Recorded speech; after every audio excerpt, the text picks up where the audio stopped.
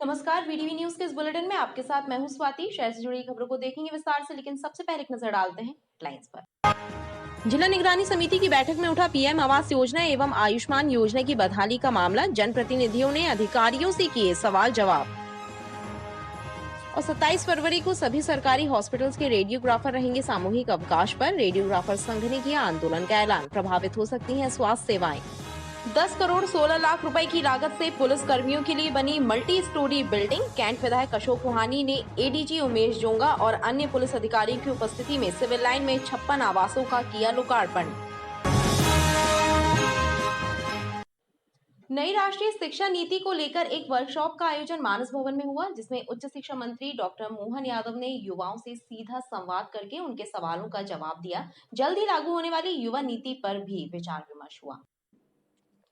2 वर्ष पहले देश भर में लागू हुई नई राष्ट्रीय शिक्षा नीति को लेकर युवाओं के मन में उठ रहे सवालों का जवाब सरकार देने की कोशिश कर रही है। इसी कड़ी में एक वर्कशॉप का आयोजन मानस भवन में हुआ, जिसमें प्रदेश के उच्च शिक्षा मंत्री मोहन यादव ने कॉलेज के छात्र छात्राओं से सीधा संवाद किया और उनके प्रश्नों का उत्तर दिया। शिक्षा नीति लागू करे को 2 साल हो गए, तीसरे साल में प्रवेश कर रहे हैं। ऐसे में विद्यार्थियों को नई शिक्षा नीति के परिप्रेक्ष्य में जानकारी भी आए, जिज्ञासाओं का समाधान भी हो, इन समूची व्यवस्थाओं को लेकर एक कार्यशाला का आयोजन किया गया था।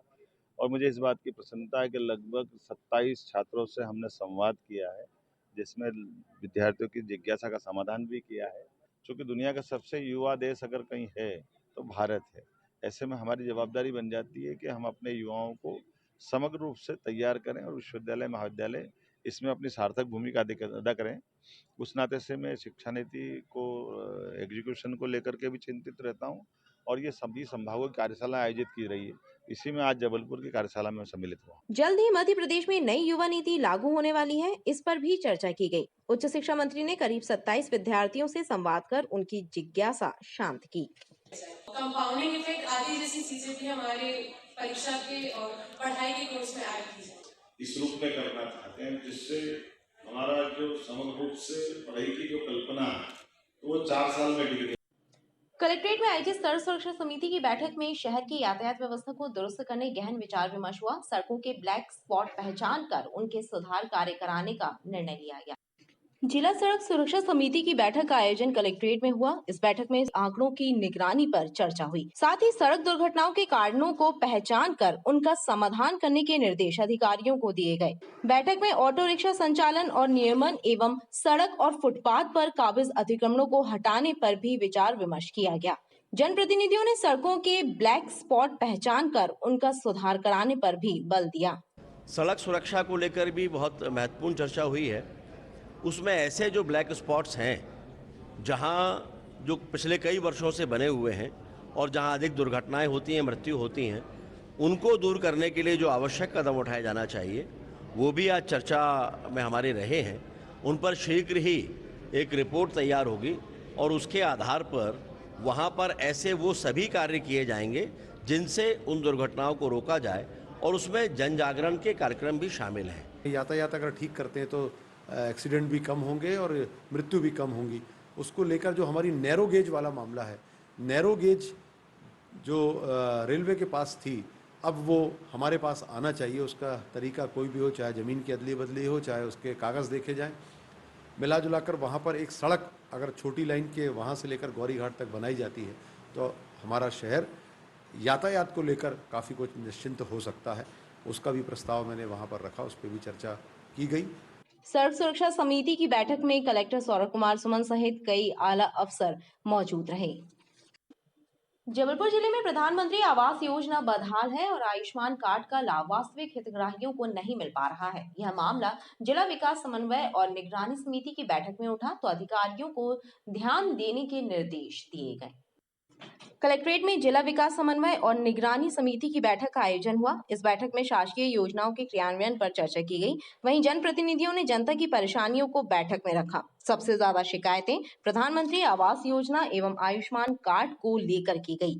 जनप्रतिनिधियों ने बताया कि प्रधानमंत्री आवास योजना बदहाल है और पात्र हितग्राहियों को आयुष्मान कार्ड का लाभ प्राप्त नहीं हो पा रहा है। दिशा की बैठक में प्रधानमंत्री आवास योजना आयुष्मान कार्ड पर चर्चा हुई, जिसमें प्रधानमंत्री आवास योजना में किस्तों को लेकर हम लोगों ने आवाज़ उठाई कि लोगों की किस्तें नहीं पहुंच पा रही हैं और आयुष्मान कार्ड में पात्र लोगों को आयुष्मान कार्ड नहीं बन रहे हैं। ये आपत्ति हमने यहाँ दर्ज की। निश्चित रूप से अन्य विषय पर भी हमने चर्चा की है और उस पर सकारात्मक हल निकलेगा, ऐसा अध्यक्ष जी सांसद जी ने कहा है। सांसद राकेश सिंह ने अधिकारियों को निर्देश दिए कि योजनाओं का बेहतर ढंग से क्रियान्वयन किया जाए ताकि जनता को योजनाओं का लाभ मिल सके।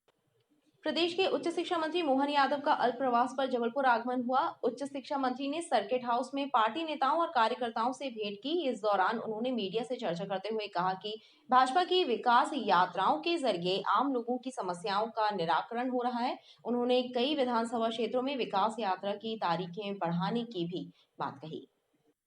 प्रदेश के उच्च शिक्षा मंत्री मोहन यादव ने छात्र संघ चुनावों को लेकर बयान देते हुए कहा कि विश्वविद्यालय और महाविद्यालयों में छात्र संघ चुनाव को लेकर समन्वय समिति फैसला करेगी। उच्च शिक्षा मंत्री मोहन यादव अल्प प्रवास पर जबलपुर आए थे।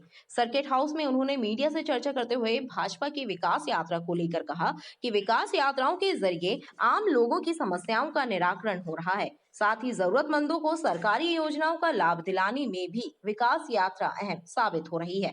इसलिए कई विधानसभा क्षेत्रों में विकास यात्रा की तारीखें बढ़ाने की जरूरत है।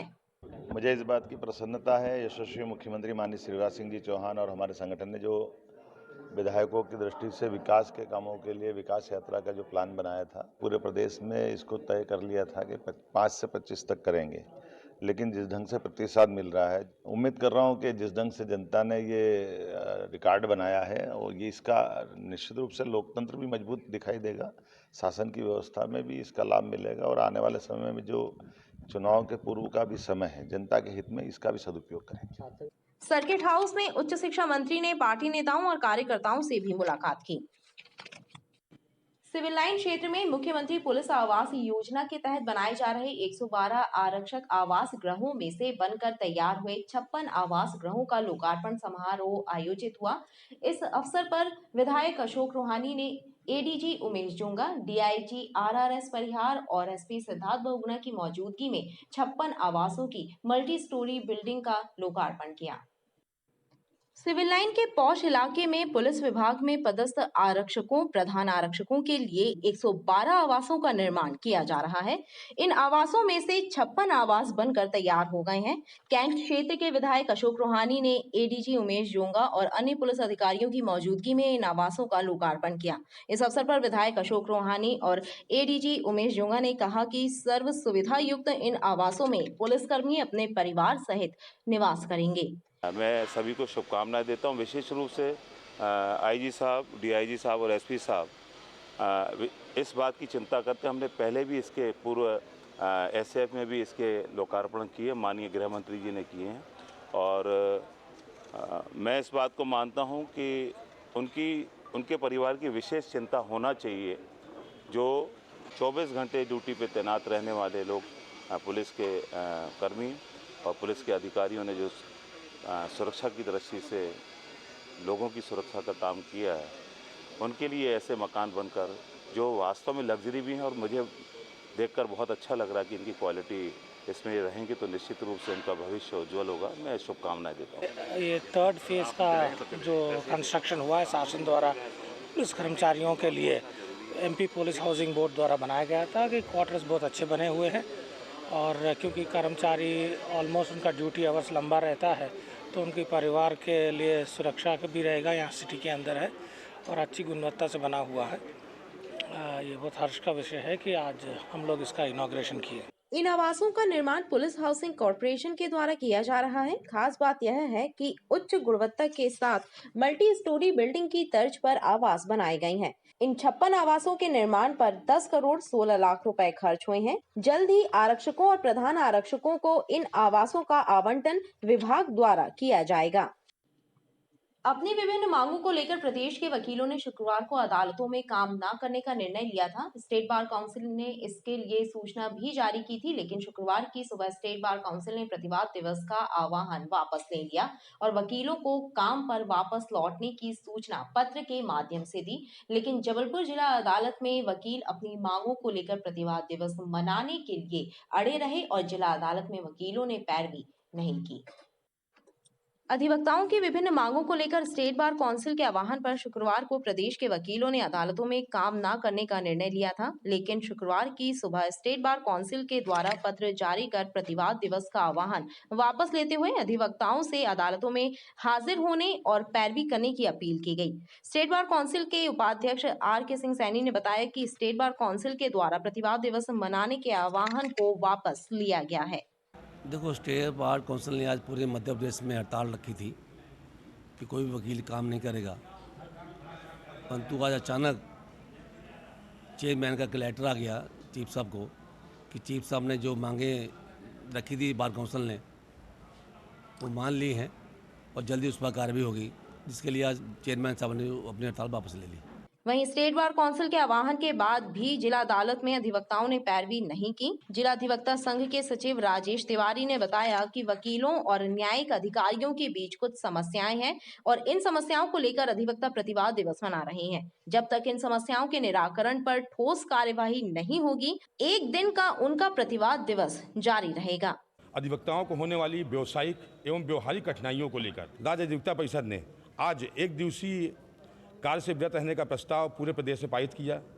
राज्य अधिवक्ता परिषद के द्वारा पारित आह्वान पर आज जिला अधिवक्ता जबलपुर न्यायिक कार्य से विरत है और हम पूर्णतः मनोयोग के साथ में हमारी अपनी मांगों को लेकर, जिन मांगों को लेकर हम आज न्यायिक कार्य से विरत हैं, उसको रजिस्ट्रार जनरल महोदय को एक पत्र लिखेंगे। ज्ञापन के माध्यम से उनको अपनी मांगों को पूरा करने के लिए सहयोग की प्राप्ति की बात करेंगे और आने वाले समय में जैसा भी होगा हम उचित उसके आगे की कार्यवाही संभव होगी करें। इधर अधिवक्ताओं की हड़ताल समाप्ति को लेकर असमंजस की स्थिति बनी रही और जिला अदालत में अधिवक्ताओं ने पैरवी नहीं की, जिससे अदालतों का कामकाज प्रभावित हुआ।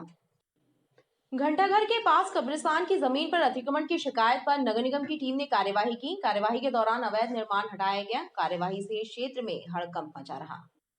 घंटाघर के पास डॉक्टर बटालिया के हॉस्पिटल के सामने स्थित कब्रिस्तान की जमीन पर अतिक्रमण करने वाले एक परिवार के खिलाफ कार्यवाही की गई।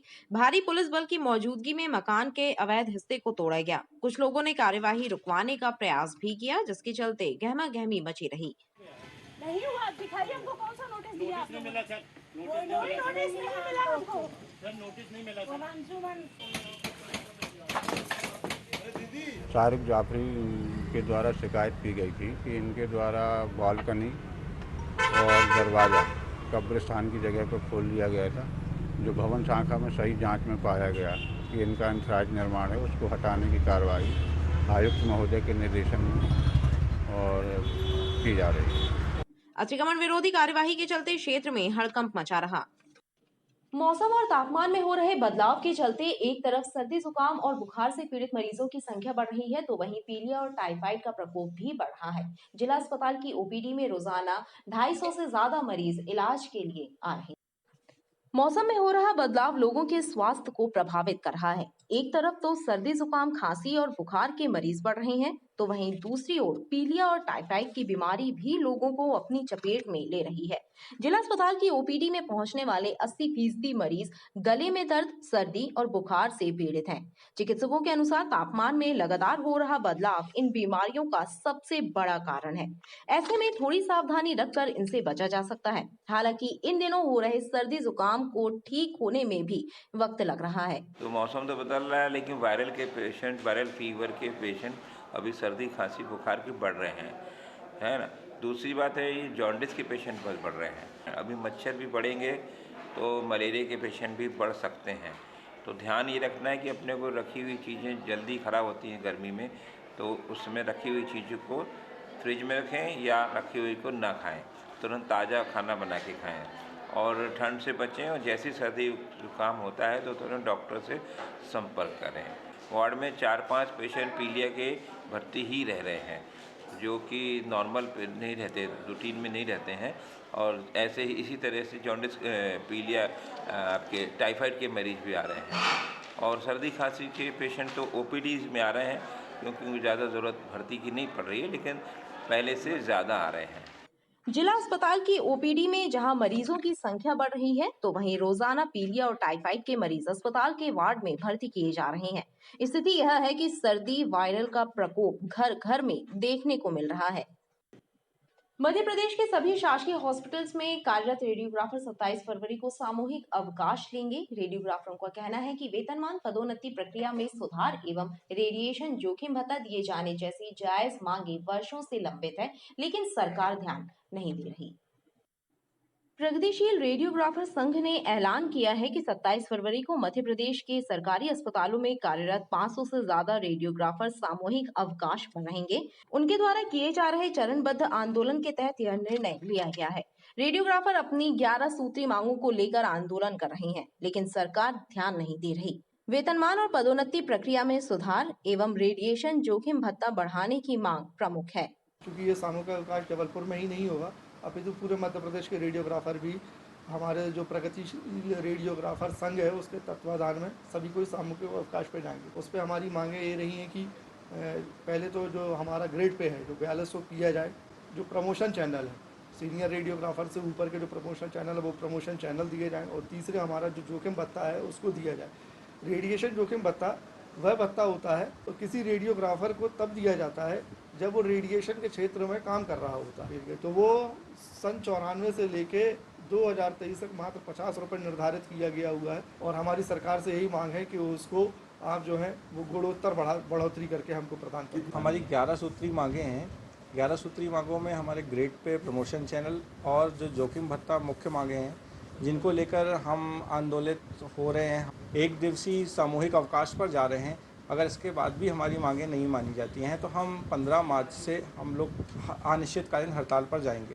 रेडियोग्राफरों का कहना है कि रेडिएशन के कारण कैंसर होने का खतरा रहता है। पिछले 20 वर्षों में 100 से ज्यादा रेडियोग्राफर कैंसर की चपेट में आ चुके हैं। लिहाजा कैंसर से बचने के लिए प्रिवेंटिव मेडिसिन लेने की आवश्यकता होती है, लेकिन सरकार इस ओर ध्यान नहीं दे रही। मध्य प्रदेश में नायब तहसीलदारों और तहसीलदारों की पदोन्नति को लेकर प्रदेश शासन द्वारा अपनाई जा रही नीति का नायब तहसीलदार और तहसीलदारों ने विरोध किया है। शुक्रवार को प्रदेश के सभी जिलों के साथ ही जबलपुर जिले में नायब तहसीलदारों और तहसीलदारों ने कलेक्टर के माध्यम से प्रदेश शासन के नाम मांग पत्र सौंपा और शासन से पदोन्नति की विसंगतियों को दूर करने की मांग की। मध्य प्रदेश के विभिन्न जिलों में पदस्थ नायब तहसीलदारों और तहसीलदारों की पदोन्नति को लेकर मध्य प्रदेश शासन द्वारा अपनाई जा रही नीति का नायब तहसीलदार और तहसीलदार विरोध कर रहे हैं। नायब तहसीलदारों और तहसीलदारों ने प्रत्येक जिले में मध्य प्रदेश शासन के नाम मांग पत्र सौंपकर पदोन्नति की विसंगति दूर कर स्थायी पदोन्नति देने की मांग की है। जबलपुर जिले में भी नायब तहसीलदारों और तहसीलदारों ने कलेक्टर के माध्यम से प्रदेश शासन को मांग पत्र सौंपा। 2016 से मध्य प्रदेश में पदोन्नतियां बंद हैं और इसमें मतलब सुप्रीम कोर्ट के स्टे का हवाला दे के पदोन्नतियां नहीं कर रहे हैं, जबकि कई न्यायालय निर्णय हो चुके हैं कि सुप्रीम कोर्ट ने अनारक्षित वर्ग के लिए कोई भी स्टे नहीं दिया है। यहाँ तक कि गवर्नमेंट को कंटेम्प्ट का भी सामना करना पड़ रहा है। वर्तमान इशू ये है कि शासन ने ये निर्णय किया है कि हम वरिष्ठ पद पर पदस्थ करते हुए और पदनाम देंगे और कार्य देंगे। तहसीलदारों का वरिष्ठ पद जो है वो डिप्टी कलेक्टर का है, जिसमें जीएडी को आदेश जारी करना है, लेकिन जीएडी सामान्य प्रशासन विभाग उस आदेश को जारी ना करके रेवेन्यू के पास भेज रहे हैं। राजस्व विभाग के ऐसे कोई पावर नहीं है कि वो डिप्टी कलेक्टर पद पर पदस्थापना कर सके। इस तरह की विसंगतिपूर्ण कार्रवाई का हम लोग विरोध कर रहे हैं और आज ये ज्ञापन माननीय कलेक्टर महोदय के माध्यम से शासन को भेजा जा रहा है। पूरे मध्य प्रदेश के सभी तहसीलदार, नायब तहसीलदार आज राज्य प्रशासनिक सेवा में हम लोगों का जो प्रमोशन नहीं कर रहे हैं समय मान पे, और जो उसका कार्यवाहक प्रभार देने की बात भी हो रही है, उसमें भी शासन की विसंगतिपूर्ण नीति है। इसके विरोध में आज पूरे प्रदेश में हम लोग सभी कलेक्टर महोदय लोगों को ज्ञापन दे रहे हैं। इसी के तारतम्य में आज हम लोगों ने जबलपुर में ज्ञापन दिया है। नायब तहसीलदारों और तहसीलदारों ने कहा कि अगर प्रदेश शासन उनकी मांग पर विचार नहीं करेगा तो आगामी दिनों में आंदोलन की राह अपनाई जाएगी। हनुमानदास थाना क्षेत्र से गुमशुदा हुई 16 वर्षीय नाबालिग लड़की के मामले को लेकर गुरुवार की देर रात थाने में जमकर हंगामा हुआ। सैकड़ों लोगों ने देर रात तक क्षेत्रीय जनप्रतिनिधियों के साथ थाने का घेराव किया। हनुमानताल थाना क्षेत्र से कुछ दिनों पूर्व एक 16 वर्षीय किशोरी गायब हो गई थी। परिजनों ने उसकी गुमशुदगी की शिकायत थाने में दर्ज कराई थी। परिजनों की शिकायत के आधार पर पुलिस ने जांच शुरू की और एक युवक को पूछताछ के लिए थाने लेकर आई। इस बीच युवक के परिजन सैकड़ों लोगों और जनप्रतिनिधियों के साथ थाने पहुंच गए और पुलिस की कार्यवाही पर असंतोष जाहिर करते हुए थाने का घेराव कर लिया। देर रात तक पुलिस अधिकारियों और क्षेत्रीय जनप्रतिनिधियों के बीच मामले को लेकर बातचीत हुई। पुलिस अधिकारियों ने आश्वासन दिया कि पूरे मामले में गहनता से जांच कर कार्रवाई की जाएगी और जो समस्याएं आम जनता ने अधिकारियों को बताई है उनका समाधान किया जाएगा। इस आश्वासन के बाद लोगों का आक्रोश शांत हुआ। स्थानीय लोग यहाँ पर हनुमानताल थाने में उपस्थित हुए थे। इनके द्वारा शिकायत की गई है कि थाने की कार्यप्रणाली में सुधार किया जाए और जनप्रतिनिधियों से संवाद स्थापित करके उनकी समस्याओं का निराकरण किया जाए। जो उनकी समस्याओं को विधिवत सुना गया, वरिष्ठ अधिकारियों को उसके संज्ञान में भी डाला गया और बाकायदा सभी को आश्वस्त किया गया है कि उनकी जो जनप्रतिनिधि जितने भी हैं उनका सबका सम्मान भी किया जाता है और उनकी समस्याएं जो वैधानिक तरीके से उनका निराकरण भी किया जाएगा। किसी प्रकार का कोई ये थाना घेराव नहीं था, ये एक सामान्य सा संवाद था जो इतने सारे लोगों की उपस्थिति में हो। धनवंतरी नगर परसवाड़ा में शादी समारोह में शामिल होने पहुंचे एक युवक पर 4 युवकों ने चाकू से हमला कर दिया। हमले की वजह पुरानी रंजिश बताई जा रही है। देर रात हुई इस घटना के बाद घायल को इलाज के लिए मेडिकल अस्पताल लाया गया। पुलिस ने घायल की शिकायत पर FIR दर्ज कर फरार आरोपियों की तलाश शुरू कर दी है। धनवंतरी नगर परसवाड़ा में शादी समारोह में शामिल होने गए मोनू चौधरी नामक युवक पर 4 युवकों ने हमला कर दिया। चारों ने मोनू पर चाकू से वार किए, जिससे वह गंभीर रूप से घायल हुआ। देर रात हुई घटना के बाद परिजन घायल मोनू को पुलिस की मदद से इलाज के लिए मेडिकल अस्पताल लेकर पहुंचे। घायल के भाई ने बताया कि जिन 4 युवकों ने उसके भाई पर हमला किया, उनसे उसके भाई का पुराना विवाद चल रहा है। बाबा और मुक्का 4 जने मारे? हाँ। वो तुम अकेले रहे? हाँ, तो तुम भी 2 जने रहे? नहीं, मैं अकेला था, मैं और मम्मी थे। अपने हम लोग शादी में गए थे धनवंतरी पे मामा के साथ, तो मेरा भाई अकेला गया था मम्मी को लेके शादी में। तो हिमांशु रजक था, ठीक है, और दिलीप चौधरी और सौरभ चौधरी और मुक्का चौधरी था। फिर उन लोगों ने चाकू चलाए। पहले का विवाद था हम लोग का, ये अपना धनवंतरी नगर दुर्गा नगर के पास परसवाड़ा। पुलिस ने घायल की शिकायत पर 4 युवकों के विरुद्ध प्रकरण दर्ज किया है। अब पुलिस फरार आरोपियों की तलाश कर रही है। खबरें लगातार जारी हैं, आप देखते रहिए BTV न्यूज।